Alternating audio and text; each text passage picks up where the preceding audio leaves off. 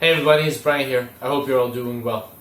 So in today's episode, I'm going to be talking a little bit about the success versus failure rate that some people unfortunately experience when they are obviously starting off with Redbubble, TeePublic, or any form of print-on-demand platform.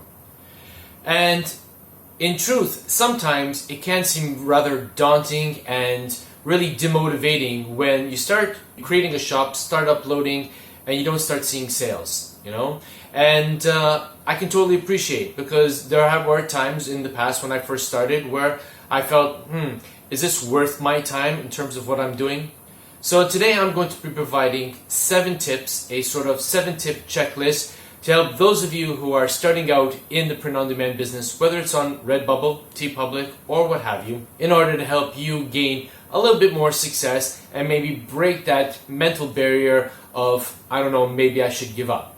Something that we definitely don't want you to do, because there can be a good potential amount of success if you just have the right mindset. So let's get in with today's tips.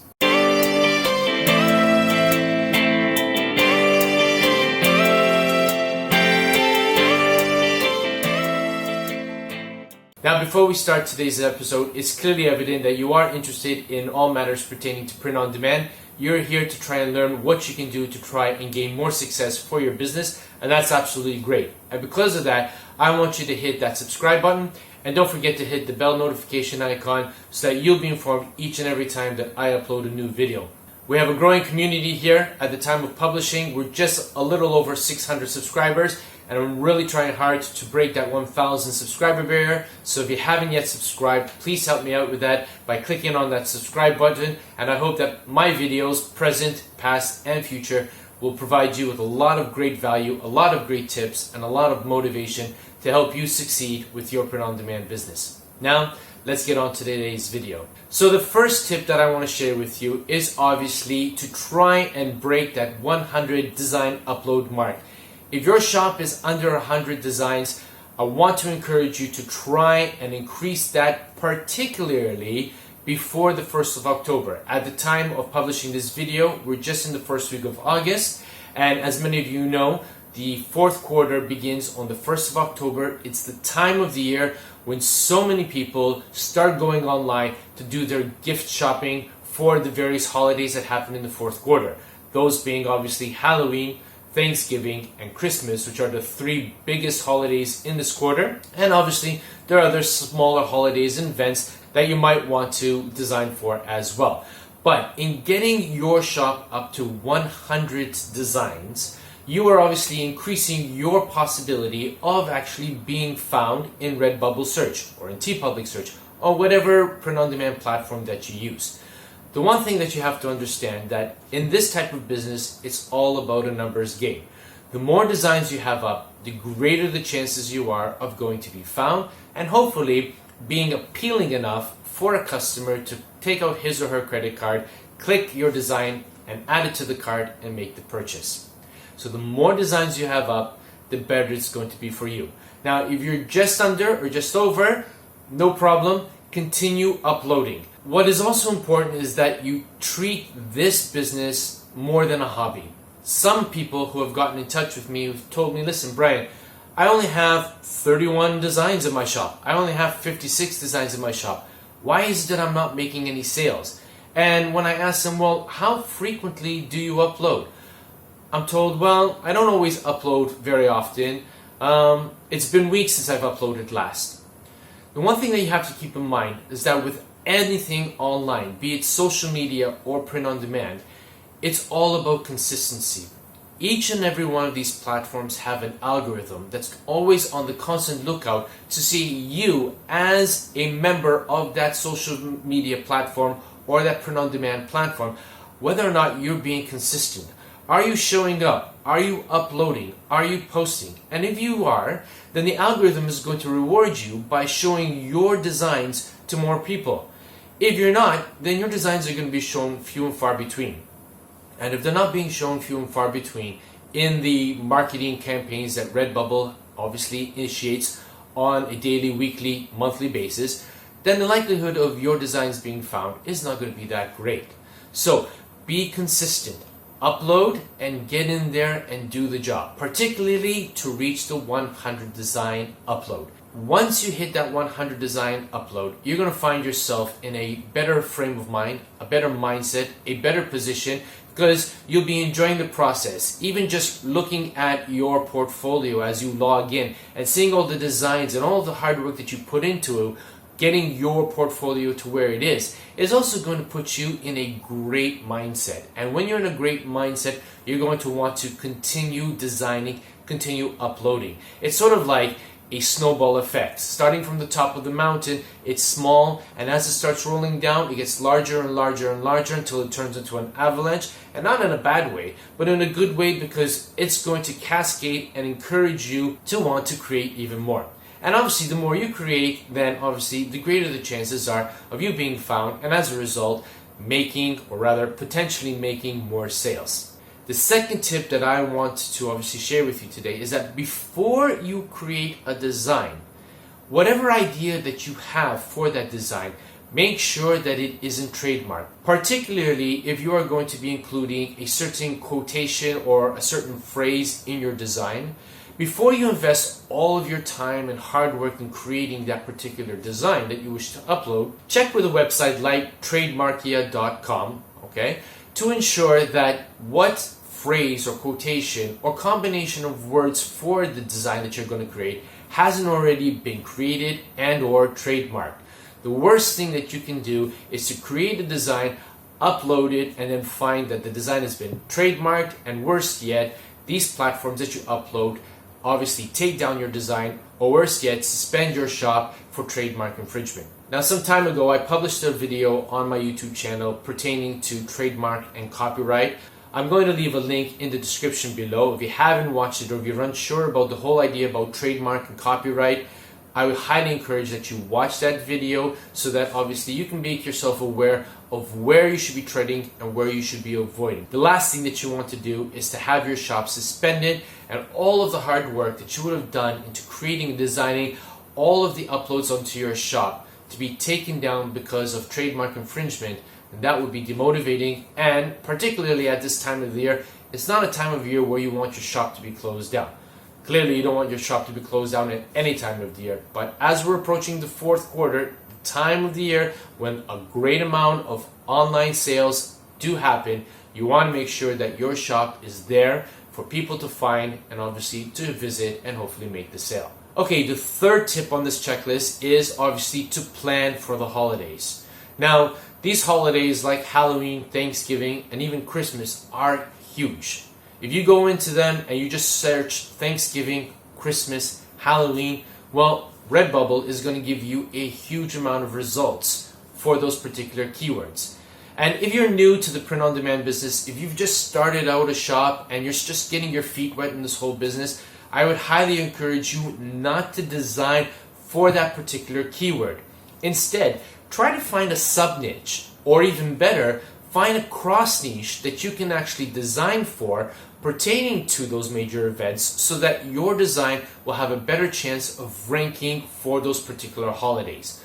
A lot of people who have been in touch with me through my Instagram account have told me, I'm creating these wonderful designs and my designs aren't being found. When I look for them, I can't even find them. What's going on? And when I asked them, okay, well, what kind of keywords were you using? Well, they would tell me these generic one single word keywords: Thanksgiving, Halloween, Christmas. And then I tell them, well, listen, if you are actually designing for those keywords, you're not going to be found. The likelihood of being found is going to be next to impossible. You'll be so extremely lucky if you do, or perhaps maybe you would have marketed and maybe spent money on Facebook ads, Instagram ads, which I would highly recommend against doing those. There are so many ways that you can get organic traffic to your Redbubble, TeePublic, any other print-on-demand shops. You don't need to spend money. And in truth, the margins that you're making by selling on these print-on-demand platforms really in truth don't justify the amount of money that you're going to be using in terms of advertising on these social media platforms. Instead, come up with one or two niches that you can actually design for, say dogs and coffee and Halloween. I'm just shooting it off the top of my mind. Or you could say I don't know, candy cane Christmas moms, for example. Come up with these particular cross niches and see if you can come up with an effective design for those. And then when you're uploading, this will lead into the next tip that I want to share with you. And this tip pertains to long tail keyword phrases. Now, what are long tail keyword phrases? Well, effectively, these are 3 or 4 words which, when you put together, creates a sort of keyword phrase that when you search on Redbubble, you're going to come back with a low result base. And now what do I mean by a low result base? I'm talking about 1,000 results or less. When you come up with a keyword phrase that provides you with a results of anywhere between 10 and 1,000 results, well, the likelihood of your design being found in Redbubble search for those keywords is going to be a lot better than, say, a keyword that brings back results of 100,000 or more. Anything more than 1,000 and you are playing on the amber list or maybe even a red list of not being found. So make sure that you're giving your designs a fighting chance of being found.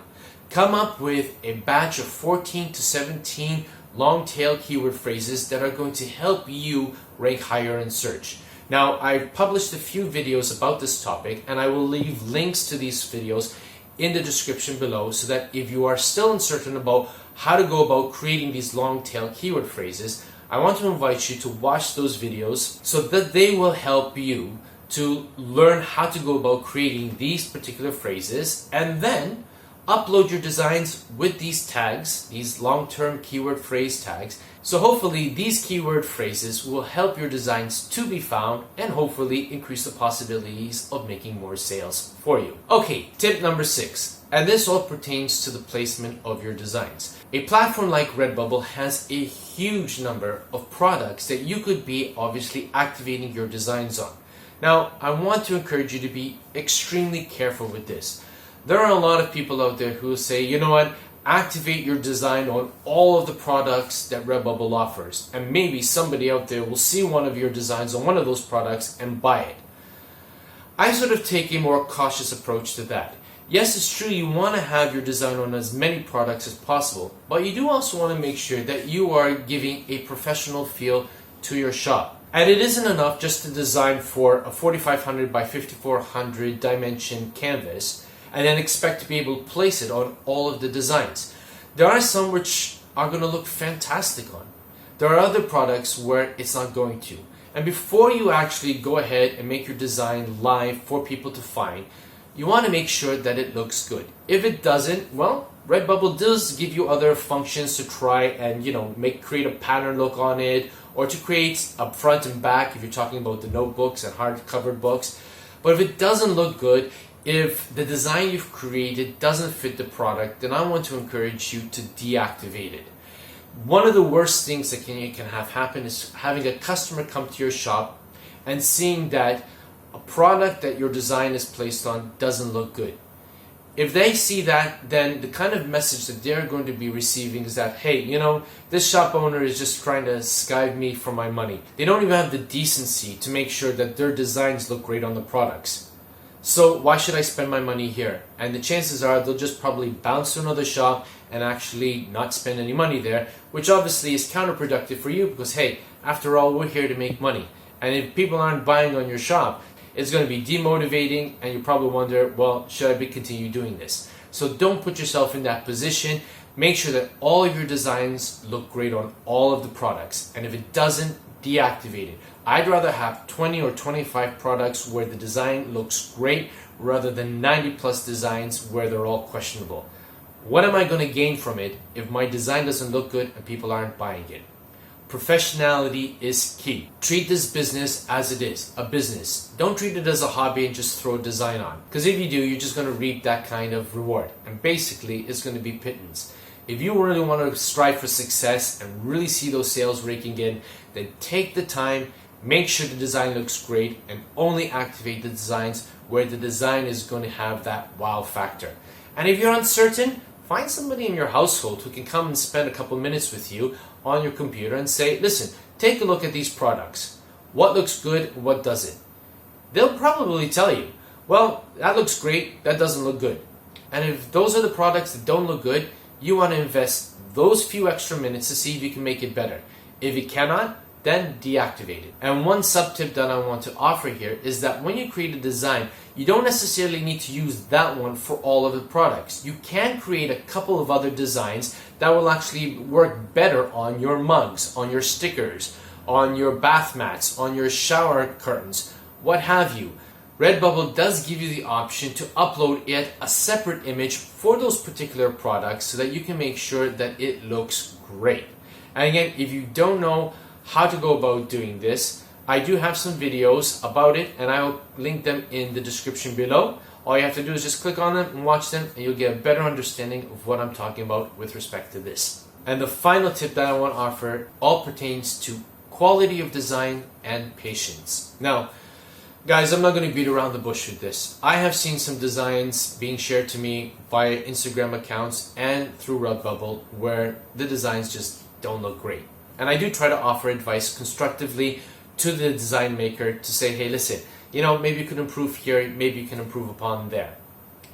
But in truth, you can't expect people who are going to visit Redbubble spend a lot of money on designs that are at subpar. And it is enough just to slap a clip art onto a shirt and say, here, buy this. Or maybe just a text design where the font is really hard to read. Guys, you gotta take some time when you're creating your designs. There are so many designs out there. The marketplace is oversaturated. And if you want to have a fighting chance of being found and having your design sold, then you've got to give quality. If you're not going to provide quality to the marketplace, then you're going to reap the rewards that you sow. Subpar quality means subpar sales. Poor quality designs means you're going to receive poor quality sales, if at all. So sometimes it's better just to upload those 1, 2, or 3 designs where you are really invested in those designs. You've made sure that it's the best it could possibly be. Now be careful over here. It doesn't necessarily mean it needs to be perfect, because sometimes we can go onto the road of perfectionism and it takes us forever to get a design up, and then because of that, our design numbers in our account remains low and we don't make any sales because we're not being found. Instead, make sure that your design is just good enough. Okay, there's a huge difference from poor quality designs to just good enough. You don't need to heavily magnify into your design and create and correct every single pixel. Because in truth, when you're looking at the whole design layout, they're not going to take a magnifying glass and look deeply to see whether or not every single pixel is in place. But people will know whether or not you've actually dedicated the time necessary to make sure the design looks good, or whether or not you've just gone on to sites like Pixabay or Pexels or Canva or Placeit or Creative Fabrica and just downloaded something, slapped it on for the sake of slapping it onto a design and panning it out to them. People will know. People will get a sense of feeling from your shop, and if you're not giving your best for that, they're not going to buy. And for those of you whose first language may not be English, the number of designs I have seen where the phrasing is incorrect, the words are misspelled. In truth, there are a lot of online websites that can help you with spelling, can help you with phrasing. If you're uncertain, search out these particular websites. Key in the words or the phrases that you want to use and see what kind of results you get back in terms of whether or not it's correct or not. And if it's not, they're going to give you suggested corrections. And if you don't have the time for doing that, try to find somebody who may have a greater appreciation, a greater expertise in the language, and ask them to give you an opinion as to whether or not they can see any spelling mistakes or any phrasal mistakes. And then ask them for their opinion and use that. Try to make your design the best it can possibly be. And with that, you also have to make sure that patience is key. You're not going to join Redbubble, TeePublic, Merch by Amazon, and expect to start making sales a day or two after. Sometimes it actually takes weeks, and in other cases, it takes months. But you know what? Keep your head up high. Don't be demotivated by this. Keep researching, keep learning, keep watching videos like the one that I'm publishing here, either from myself or there's some other great YouTubers out there who are there, just like me, to help you to increase your print-on-demand expertise, to help increase your print-on-demand success. Watch, learn, research, design, and upload, and repeat it. And the more you do it, the better you're going to get at this, and the better that you get at this, the more uploads you're going to be able to put up, and the greater sales you'll start finding. It's a long-term game. It's not a short-term sprint, but it's a long-term marathon. And if you keep that in your mind and actually work your way at this and take these 7 tips that I've stated today, there's no reason in my mind why you shouldn't be able to start reaping fruits from the hard work that you've been putting in and watch your shop start to grow, to soar, and to achieve the degree of success. So I want to close up this video by wishing you a lot of success. If you're not following me on Instagram, I'm going to give you my Instagram handle. Please drop by and obviously follow me there. Feel free to get in touch with me if you have any questions, or simply add a question in the YouTube comment below. I try to answer all of my questions, all of my comments on YouTube and Instagram. I try to focus on these 2 particular platforms so that I'm not spreading myself out too thin, and that way I can service you better. By being there for you, I can help you to try and achieve greater success in your print-on-demand business. We're all here to grow and learn from each other, and I want to wish you, again, a lot of success. But for today, that's all I've got. So, as always, be safe, be well, be creative. Bye for now.